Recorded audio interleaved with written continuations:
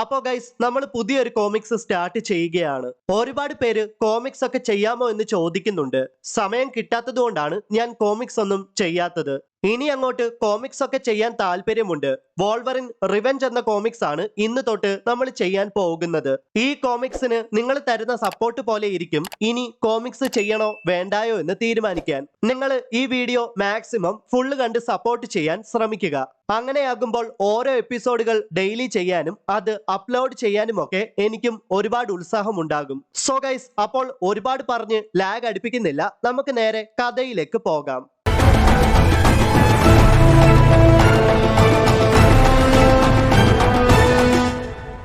10 ദിവസങ്ങൾക്ക് മുൻപ് മാഗ്നീറ്റോയുടെ space സ്റ്റേഷനായ asteroid M ഭൂമിയിലേക്ക് പതിച്ച് മാഗ്നീറ്റോ മരണപ്പെട്ടിരുന്നു. മാഗ്നീറ്റോ മരണപ്പെട്ടതോടെ മനുഷ്യരാശിയുടെ ചരിത്രത്തിലെ തന്നെ ഏറ്റവും വലിയ EMP പുറപ്പെട്ടു. അന്നു മുതൽ നോർത്തേൺ ഹെമിസ്ഫിയർ മൊത്തം ഇരുട്ടിലാണ്ടുപോയി.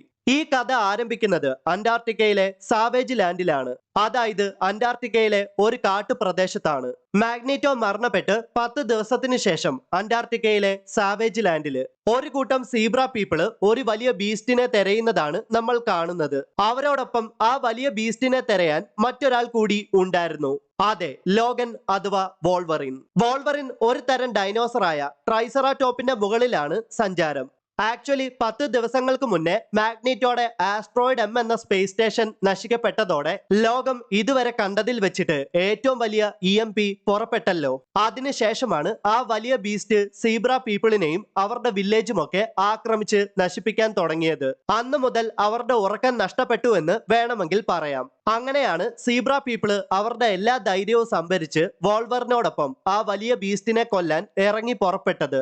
നമ്മൾ ഒരുമിച്ച് നിൽക്കണമെന്നും നമ്മൾ ഒരുമിച്ച് ശക്തമായിട്ട് നിന്നാൽ മാത്രമേ ആ വലിയ ബീസ്റ്റിനെ നമുക്ക് നേരിടാൻ സാധിക്കൂ എന്നൊക്കെ പറഞ്ഞ് സീബ്ര പീപ്പിള് അവരുടെ ഉള്ളിലെ പേടിയൊക്കെ മാറ്റുകയാണ്. എന്നാൽ പെട്ടെന്ന് ഒരു വലിയ അനക്കം കേട്ടതും സീബ്ര പീപ്പിള് എവിടേക്ക് നില്ലാതെ പേടിച്ചോടാൻ തുടങ്ങി. സീബ്ര പീപ്പിള് പേടിച്ചോടുന്നത് കണ്ടിട്ട് ട്രൈസറാടോപ്പിന്റെ മുകളിലിരുന്ന് വോൾവറിൻ അവരെ കളിയാക്കി. പെട്ടെന്ന് തന്നെ ഒരു വലിയ ടീറക്സ് വോൾവറിൻ വന്ന ട്രൈസറാടോപ്പിനെ ആക്രമിച്ച് അതിനെ കടിച്ചു തിന്നു. അതെ, സീബ്ര പീപ്പിൾ ഭയക്കുന്ന ആ വലിയ ബീസ്റ്റ് ആണ് വോൾവറിന്റെ മുന്നിൽ നിൽക്കുന്നത്.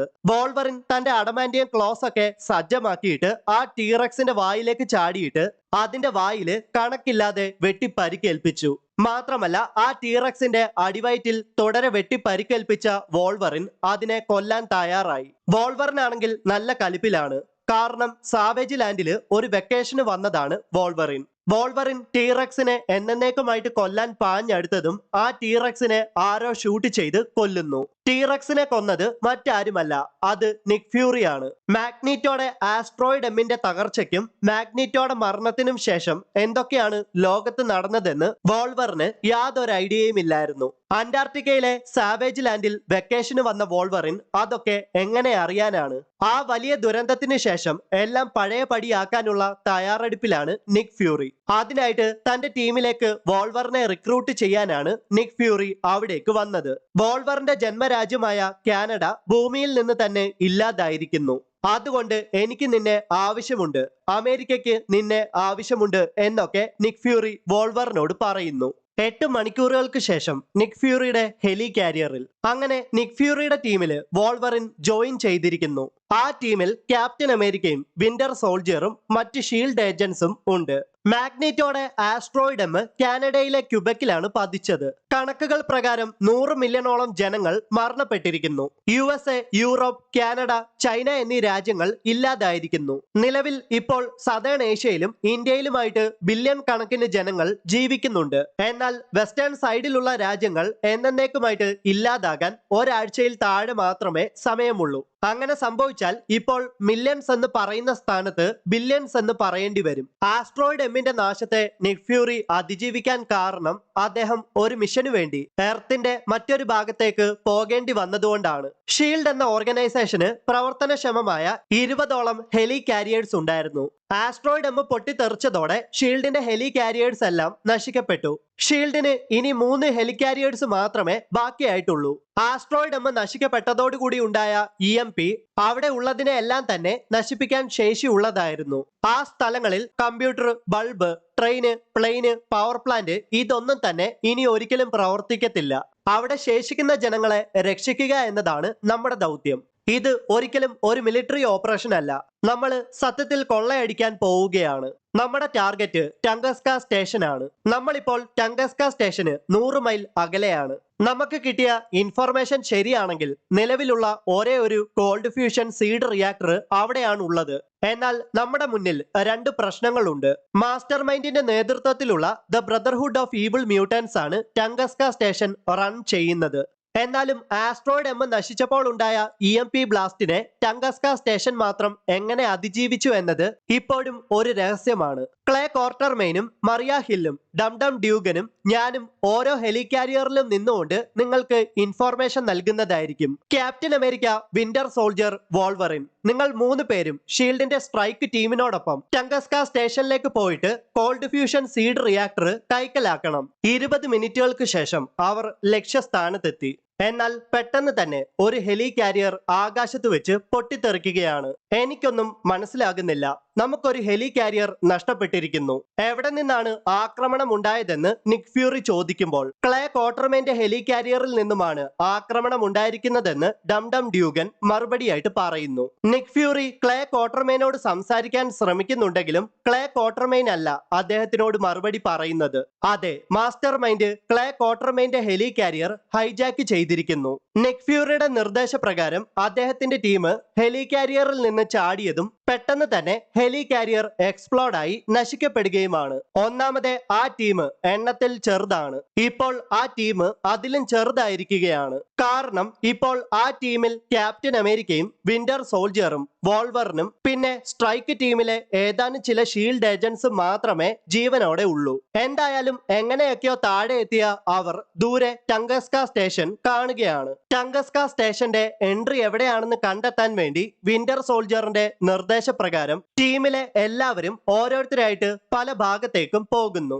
അങ്ങനെ പല ഭാഗത്തേക്കും പോയ ഷീൽഡ് ഏജന്റ്സിനെ ഓരോരുത്തരെയായിട്ട് ആരൊക്കെയോ ആക്രമിച്ചു കൊല്ലുന്നു. തന്റെ ചുറ്റും എന്തൊക്കെയോ അപകടങ്ങൾ പതിയിരിക്കുന്നുണ്ടെന്ന് വിന്റർ സോൾജർ മനസ്സിലാക്കേണ്ട താമസം പെട്ടെന്ന് അവർ വിന്റർ സോൾജറിനെയും ആക്രമിക്കുന്നു. മലയിലൂടെ തന്റെ വൈബ്രേനിയ ഷീൽഡ് ഉപയോഗിച്ച് സർഫിംഗ് നടത്തി മുന്നോട്ട് യാത്ര ചെയ്യുന്ന ക്യാപ്റ്റൻ അമേരിക്ക മനോഹരമായ സ്ഥലങ്ങളൊക്കെ കണ്ട് ആസ്വദിച്ച് ഒന്ന് നിന്നതേ ഓർമ്മയുള്ളൂ. പെട്ടെന്ന് തന്നെ ഒട്ടും പ്രതീക്ഷിക്കാതെ കാർബണേഡിയം ടെന്റക്കിൾസ് ഉപയോഗിച്ച് ക്യാപ്റ്റൻ അമേരിക്കയെ പുറകിൽ നിന്ന് ആരോ ആക്രമിക്കുന്നു. തന്നെ ആക്രമിക്കാൻ 3 പേർ സജ്ജരായിട്ട് നിൽക്കുകയാണെന്ന് വോൾവറിൻ മനസ്സിലാക്കി. അവരുടെ രക്തം മണത്തറിഞ്ഞ വോൾവറിൻ അവർ ആരൊക്കെയാണെന്നും മനസ്സിലാക്കുന്നു. Sabre tooth, Deadpool, omega red, ഇവരാണ് ആ 3 പേര്. ഡെഡ്പൂളിനും ഒമേഗ റെഡിനും വോൾവറിനെ ഇപ്പോൾ തന്നെ കൊന്നാൽ കൊള്ളാമെന്നുണ്ട്. എന്നാൽ അവരുടെ ബോസായ മാസ്റ്റർ മൈൻഡിന് വോൾവറിനെ ജീവനോടെ വേണം. പിന്നീട് വോൾവറിൻ തന്റെ കണ്ണുകൾ മെല്ലെ തുറക്കുന്നതായിട്ടാണ് നമ്മൾ കാണുന്നത്. വോൾവറിന്റെ 2 സൈഡുകളിലായിട്ട് ക്യാപ്റ്റൻ അമേരിക്കയും വിന്റർ സോൾജറിനെയും ബന്ധിച്ചിരിക്കുകയാണ്. അവർ 3 പേരുടെയും ചെസ്റ്റില് സർജറി ചെയ്ത പോലെയുള്ള പാടുകൾ കാണുവാൻ സാധിക്കുന്നുണ്ട്. എന്നാൽ അതെങ്ങനെ സംഭവിച്ചതാണെന്ന് അവർക്കറിയത്തില്ല. ഇതെല്ലാം മാസ്റ്റർ മൈൻഡിന്റെ പദ്ധതിയാണ്. മാസ്റ്റർ മൈൻഡ് വോൾവറിനിൽ എക്സ്പെരിമെന്റ് ചെയ്ത് വോൾവറിന്റെ ഹീലിംഗ് ഫാക്ടർ തൽക്കാലത്തേക്ക് മാത്രം വർക്ക് ചെയ്യാതിരിക്കാൻ എന്തൊക്കെയോ ചെയ്തിരിക്കുന്നു. വോൾവറിന്റെയും ക്യാപ്റ്റൻ അമേരിക്കയുടെയും വിന്റർ സോൾജറിന്റെയും ചെസ്റ്റില് സർജറി ചെയ്ത പോലത്തെ പാടുകൾ ഉണ്ടല്ലോ. അതെ, അവരുടെ ചെസ്റ്റിനുള്ളിൽ the Brotherhood of evil bomb വെച്ചിരിക്കുകയാണ്. വോൾവറിൻ നല്ല കട്ടക്കലിപ്പിലാണ്. ഈ സമയത്ത് ദ ബ്രദർഹുഡ് ഓഫ് ഈവിൾ എന്ന ടീമിലെ മറ്റൊരു മെമ്പർ കൂടെ അവിടേക്ക് വരികയാണ്.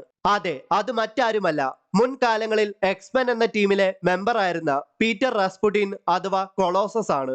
നമ്മൾ ഇത്രയുമൊക്കെ അവന്മാരെ പഞ്ഞു കിട്ടതല്ലേ, ഇനി അവന്മാരെ വിട്ടേക്കൂ, അവർ പോയിട്ട് നിലവിൽ ബാക്കിയായിട്ടുള്ള ജനങ്ങളെ രക്ഷിക്കട്ടെ എന്ന് കൊളോസസ് പറയുമ്പോൾ ഡെഡ്പൂള് അതിന് മറുപടിയായിട്ട് ഇങ്ങനെ പറയുന്നുണ്ട്. അതായത് ഇവന്മാരുടെ ചെസ്റ്റില് ബോംബ് വെച്ചത് എന്റെ ഐഡിയ ആണ്. ഇവന്മാരെ വെറുതെ വിട്ടാലും ഇവന്മാർ ഇവിടം വിട്ടു പോയില്ലെങ്കിൽ തീർച്ചയായിട്ടും ഞാൻ ഈ ബട്ടൺ ഞെക്കും. നിങ്ങൾ അങ്ങനെ ചെയ്യത്തില്ല എന്ന് ഞാൻ വിശ്വസിക്കുന്നു എന്നൊക്കെ. പെട്ടെന്ന് തന്നെ ക്യാപ്റ്റൻ അമേരിക്കയും വോൾവറിനെയും വിന്റർ സോൾജറിനെയും ദ ബ്രദർഹുഡ് ഓഫ് ഈവിള് മോചിപ്പിക്കുന്നു. ക്യാപ്റ്റൻ അമേരിക്കയോടും വിന്റർ സോൾജറിനോടുമൊപ്പം അവിടെ നിന്ന് രക്ഷപ്പെടാൻ വോൾവറിൻ വിസമ്മതിക്കുന്നു. കാരണം തനിക്ക് ചെയ്തു തീർക്കാൻ കുറച്ച് കാര്യങ്ങൾ കൂടിയുണ്ടെന്നും ദ ബ്രദർഹുഡ് ഓഫ് ഈവിളിന്റെ റേഞ്ചിൽ നിന്ന് നിങ്ങൾ വേഗത്തിൽ ഓടി രക്ഷപ്പെട്ടോളൂ എന്നും ഇവിടെ എന്തൊക്കെയാണ് സംഭവിച്ചതെന്ന് എല്ലാവരെയും അറിയിക്കണമെന്നും വോൾവറിൻ അവരോട് പറയുന്നു. എന്നിട്ട് വോൾവറിൻ കൊളോസസിനെ ദേഷ്യത്തോടെ വെല്ലുവിളിക്കുന്നു. ഇതേ സമയത്ത് ഡെഡ്പൂള് തന്റെ കയ്യിലുണ്ടായിരുന്ന റിമോട്ടിലെ ബട്ടൺസിൽ ക്ലിക്ക് ചെയ്യുന്നതോടെ ഓടി രക്ഷപ്പെട്ടുകൊണ്ടിരുന്ന വിന്റർ സോൾജറും ക്യാപ്റ്റൻ അമേരിക്കയും അവരുടെ നെഞ്ചിലുണ്ടായിരുന്ന ബോംബുകൾ പൊട്ടിത്തെറിച്ച് ചിന്നിച്ചിതറി മരിക്കുന്നു. വോൾവറിൻ തന്റെ അഡമാന്റിയ ക്ലോസ് ഉപയോഗിച്ച് തന്റെ നെഞ്ചിൽ വെച്ചിരിക്കുന്ന ബോംബ് എടുത്തു കളയാൻ ശ്രമിക്കുന്നുണ്ടെങ്കിലും അത് കണ്ട ഡെഡ്പൂള് തന്റെ കയ്യിലുള്ള റിമോട്ടിലെ ബട്ടണിൽ ഒന്നുകൂടി ക്ലിക്ക് ചെയ്യുന്നതോടെ വോൾവറിന്റെ നെഞ്ചിലുണ്ടായിരുന്ന ബോംബ് പൊട്ടിത്തെറിച്ച് വോൾവറിനും ചിന്നിച്ചിതറുന്നു. ശത്രുക്കളെ കൊന്ന ശേഷം ദ ബ്രദർഹുഡ് ഓഫ് ഈവിള് നടന്നകലുന്നു. മാസ്റ്റർ മൈൻഡ് ടെമ്പററി ആയിട്ട് മാത്രമേ വോൾവറിന്റെ ഹീലിംഗ് ഫാക്ടറിനെ പ്രവർത്തനരഹിതമാക്കിയിട്ടുള്ളായിരുന്നു. സ്വല്പ സമയത്തിനു ശേഷം ചിന്നിച്ചിതറിയ വോൾവറിന്റെ ശരീരം കൂടിയോജിക്കുവാൻ തുടങ്ങി. അതെ, വോൾവറിന്റെ ഹീലിംഗ് ഫാക്ടർ വീണ്ടും പ്രവർത്തിക്കാൻ ആരംഭിച്ചു. മരണത്തെ അതിജീവിച്ച വോൾവറിൻ ഉഗ്രദേശത്തോടെ ഉയർത്തെഴുന്നേറ്റു. വോൾവറിന്റെ റിവെഞ്ച് ഇവിടെ നിന്നും ആരംഭിക്കുകയാണ്. ഇനി ആരൊക്കെ വോൾവറിന്റെ കൈയാൽ മരണപ്പെടുമെന്ന് അടുത്ത ഇഷ്യൂവിൽ കണ്ടറിയാം.